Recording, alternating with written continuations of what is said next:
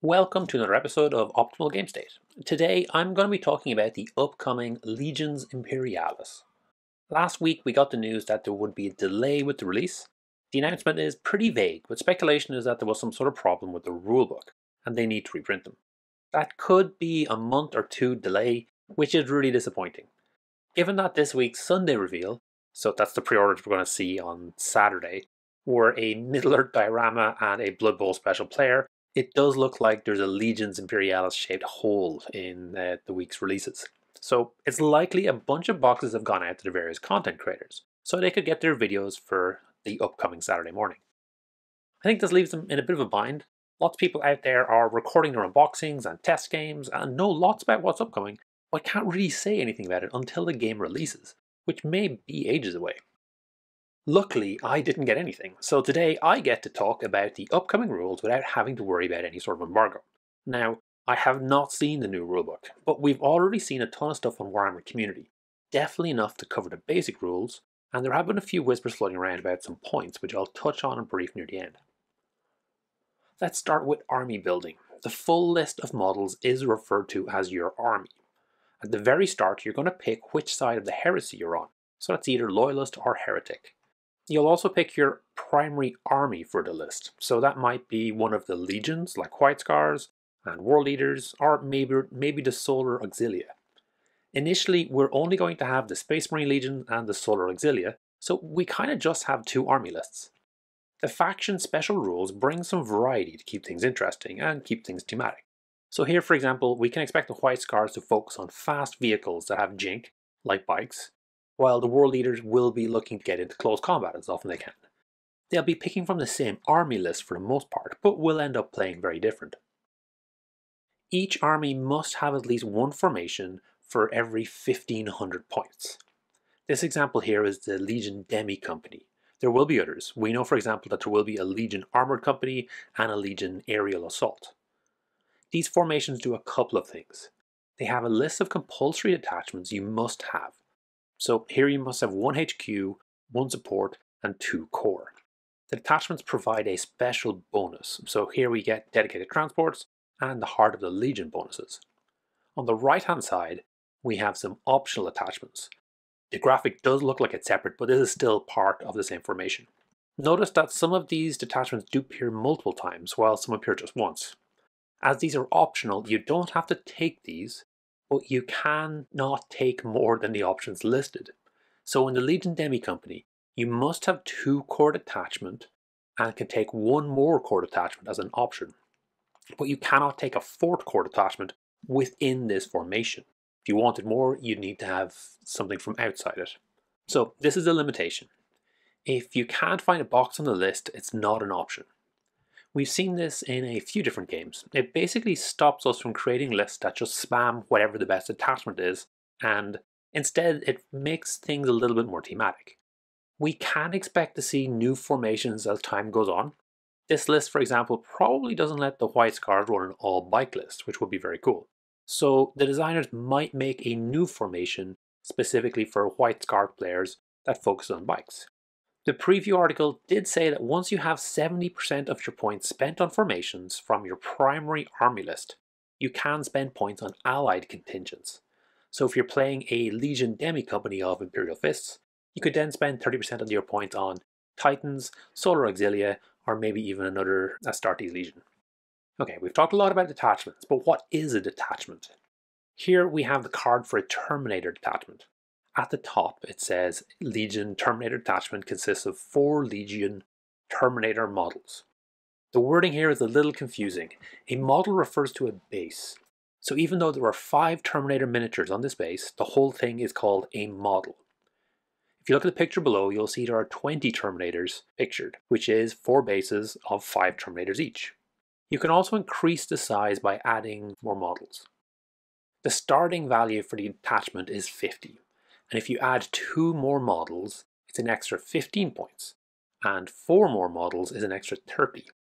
Increasing the size like this will be cheaper than getting multiple attachments, but you end up trading the tactical flexibility.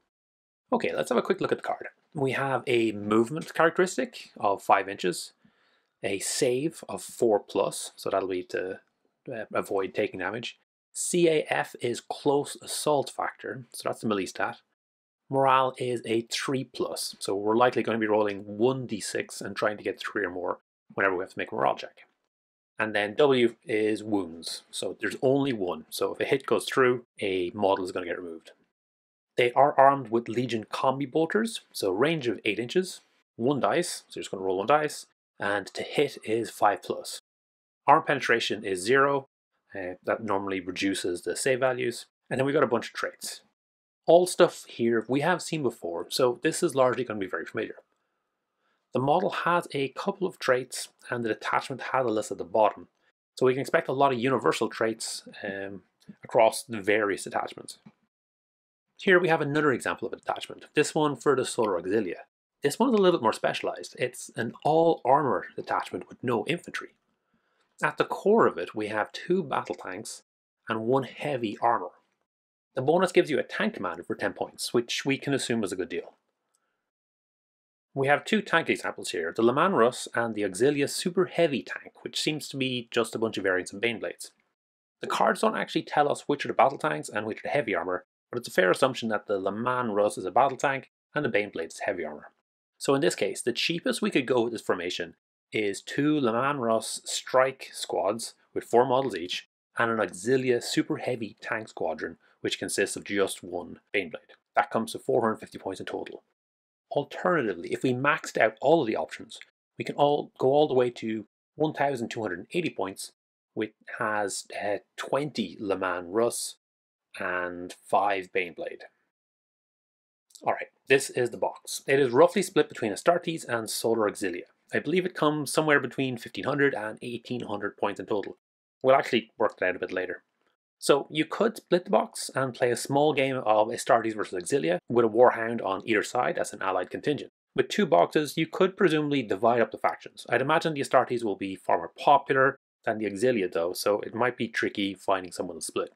I'd hope GW have included a special formation that lets you use everything in the box, but we'll have to wait and see. I suspect you expand from this box, adding more and more of whatever faction you're most interested in, and then the other half of the box will probably end up as an allied element. Okay, enough army building. Let's get a little bit more into the mechanics of the game. We know there are 5 phases in total. We start with an order phase, where we secretly assign tokens, then we reveal orders and work out who goes first, then movement has alternating actions, after all the movement is finished we resolve combat, which again is alternating actions, and then we just wrap it all up at the end. From the reference sheet, it looks like the orders are first fire, advance, march, charge, and fallback. Presumably first fire lets you shoot early, but you don't get to move. Advance is the normal move and shoot. March is the move faster, but no shooting. Charge is the move intimately, while fallback presumably is related to morale somehow. So in the order phase, we're going to try plan out the turn, decide which model is going to do what, and then we'll sort of shoot this big pile of tokens and we'll put the tokens face down next to the attachments.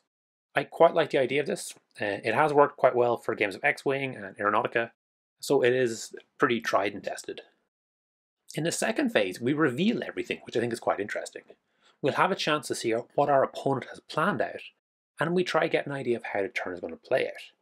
At this stage, we haven't declared any targets for attacks or indicated exactly where detachments are going to move, so there's still some leeway to react to our opponent's actions.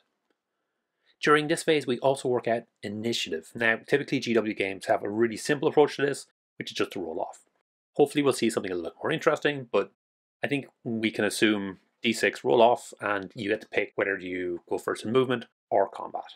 During the movement phase, we alternate back and forth moving models based on their movement characteristic and the order they have. For games like this where we have tokens, I do quite like removing the tokens to indicate when a detachment is acted. We are going to have 2 steps here, so we need to somehow keep track of everything in the movement phase, and we also need to keep track of things later in the combat phase. I have no idea how the rules will tackle this, but I would assume we'll flip tokens face down after they've moved, and flip them back up again for the combat phase.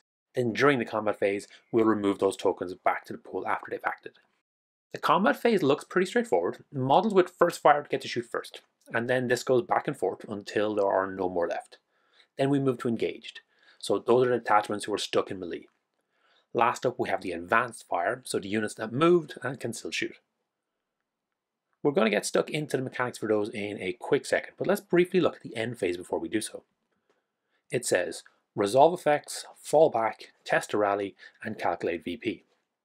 Resolve effects is likely to be a generic thing for any of the rules that say until the end of turn, or something similar. The fallback is interesting. This has an order token but wasn't mentioned in the other phases, so presumably detachments with fallback only move now at the very end of the turn. After that they test a rally, which is likely to be a morale roll, with a single dice compared to the morale stat. If the roll succeeds, then we presumably take away the fallback order, and if it fails then the order stays and we cannot assign a new order. I think it's likely that detachments that have sustained a certain percentage of casualties are also going to have to make that roll at this point. Then at the very end we have the calculated VP, which is always a good sign.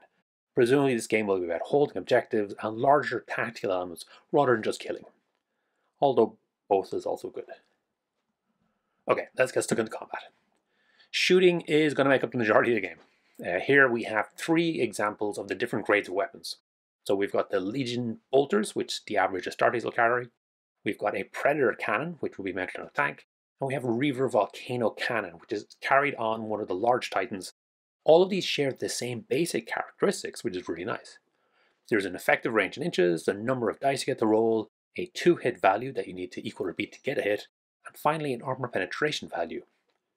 If we move over to the Terminators and the Le Mans Russ on the right, we can see that they have a save value and a wound value. So every hit that they take, you roll a dice, and if you make the save, then you're fine. And if you fail the save, you take a wound. Armor penetration is going to modify that roll, so the Terminators hit by a bolter, it's going to be a 4+, while hit by a Predator cannon is going to be a 5+. And a direct hit from a Reaver volcano cannon probably means no save at all. What I think is really clever about this system is they've managed to keep it look the same across all the various ranges, so infantry, armor, and titan. Those scales all look similar and work in the same way. The difference is with the weapon traits. That light trait the bolters have mean they cannot hurt anything of heavy vehicle or bigger, so those bolters are useless against a titan. I believe the light AT on the Predator cannon stands for light anti-tank, which is rumoured to mean that the armor penetration does not count against heavy targets. If it said AT or anti-tank, then the AP would only apply to tanks and heavier targets and not infantry. Then the Volcano Cannon has Engine Killer 3, which will be better against other titans. So the trait system here is used to make certain weapons perform better against certain targets, which really gives us that kind of combined arms approach to warfare. Melee is a little more brutal. Once you get to this stage of the combat, you'll look for the detachments that are engaged. Each model, so that's each base, will be paired off with an opposing model. If it's not even, then some might end up with extra combatants. For each pair, both sides roll 2d6, and then you add the close assault factor, that's CAF, and any other bonuses, like being the one who charged. The loser takes a wound and doesn't get to make a save, so this is pretty nasty. When a model has to face multiple opponents, their enemy gets to roll an extra d6 for every combat the model has already had. So in this case, quantity will wear down quality eventually. Using 2d6 for this I think is quite clever. It is possible to get some extreme results like a 2 or 12, but you're more likely to see those 6, 7 and 8s most of the time. It's around 45% of the time. This means an assault focused list like the World Eaters is going to be pretty deadly, but not without some risk. Even Karn can roll a 2 after all, although they do have a special rule Incarnate Violence which will let them reroll one of those. Everything from here on out is basically special rules and traits. You have what looks like a pretty solid core system, and it's likely the game won't have issues with external balance, as we basically just have 2 armies. Internal balance might be a little bit trickier. That's where certain attachments might just be better than others. I think to a certain extent the formations will help limit that, forcing us to have a decent spread of units.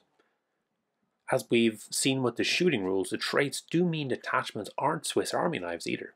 Instead, everything has something it's good and something it's bad at. Alright, to finish up, let's have a look at what a 3K battle might look like.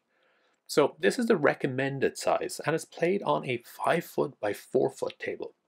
So that's 20 of these tiles in total, which means you'll need to buy 4 boxes of them for a full board. We'll all be starting with the same starter box. Now let's say we want to split it and build out to 2 full armies. Current estimates put this around 1500 to 1800 in total for the entire box. We do have some points that have been floating around, so let's see if we can work it out with them. Legion Command is 25 points, the attachment of 4 Tactical Marines is about 35. It looks like you can add 2 Assault models and 2 Terminator models to that for 12 and 15 respectively. The 4 Dreads are about 70, the Predators in total are about 115, Scarians 105, the total of 464 points for the Space Marines. And we can do the same looking at the Auxilia. You end up with a total of 565 points for the Solar Auxilia. Then each Warhound Titan by itself is 330. So that's 660 points there.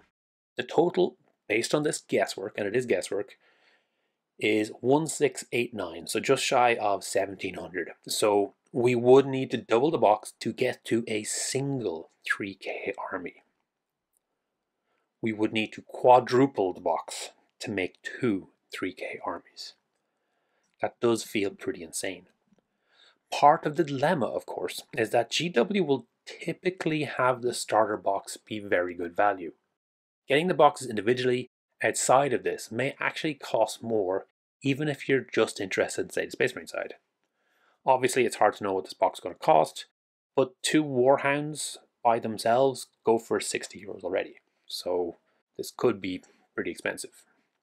There are a bunch of different ways you can sink points, like you can go big and get a Warlord Titan, but that's going to be relatively expensive in real world money anyway. If you were to go in the opposite direction and just go pure foot-slugging Assault Marines, maybe for a War Leader's army, you could be looking at a crazy 400 bases, which I think would end up covering your entire deployment area 8 ranks deep. That would be quite cool, actually. Alright, anyway, the point here is that this is looking like it is going to be a very expensive game. Getting to that 3k for the recommended game size looks like it's going to take a chunk of investment.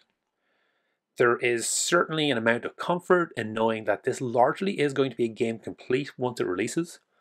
As we saw with Titanicus, there are areas of growth like with Chaos Mutations, and they'd be mad not to make some Primarch models, but for the most part, we'll be seeing 95% of the game day one. It's also a massive range. They don't really have to do a lot.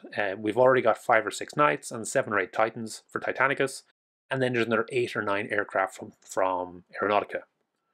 We've already seen the core Astartes you'd expect, so you've got Tactical Assault, Devastator, and Terminators. So there's a ton of stuff to already sink our teeth into once the game finally launches. I really love what I've seen in mechanics so far. And as I've already said, I do have some Titanicus and some Aeronautica models that I'll be able to supplement the initial box a little bit. I quite like the tiles, but I think I'll stick with my 4x4 mat that I'm using for Titanicus. Part of that is storage more than anything else. Playing around with ideas in my head, I think I'd like to go for the classic Imperial Fist versus Iron Warriors. So in that case, I'll end up using the Solar Auxilia as allies, and then after I get the core box, I'll be looking to invest in a couple of the Legions boxes, whatever they release. So presumably we're going to see a few more tactical boxes and maybe assault boxes, and we'll see what comes out. I think probably that's the best way to approach it. I also think looking at what's needed, I don't think this is one to rush into. I think this is one to plan out, work out what you'd like to do, and then once it releases, start slowly building up to it, and maybe take 6 months before you have your first army, your first battle ready to go. Now obviously, these are small models, we might be able to tear through them pretty fast, but it does look like it is a good chunk of investment, good chunk of cash, and there's an opportunity to make everything look good and get it on the board if we kind of take our time at it. So tell me what you think. Is there any Horus Heresy battle that you're looking at, that you're considering playing out with this new game? Are there any concerns you're seeing with it so far? Have you made any investments in Titanicus or Aeronautica already? And where do you see this game going? All right, this has been a nice bit of a chat and a bit of a rant, so thank you very much for listening, and have a great day. Thanks for making it all the way to the end. Hopefully you enjoyed this video. Each week, I put up a new video talking about one of Games Workshop's specialist games. The goal is always to try and make the best possible two-player experience. If this is something you'd find interesting, please subscribe to the channel and comment to let me know what you'd like to see in future.